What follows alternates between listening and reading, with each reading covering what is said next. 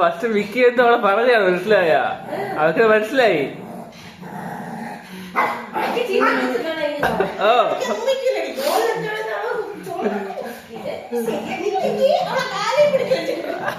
ഇനി ഭർത്താവ് കദേശം അവൻ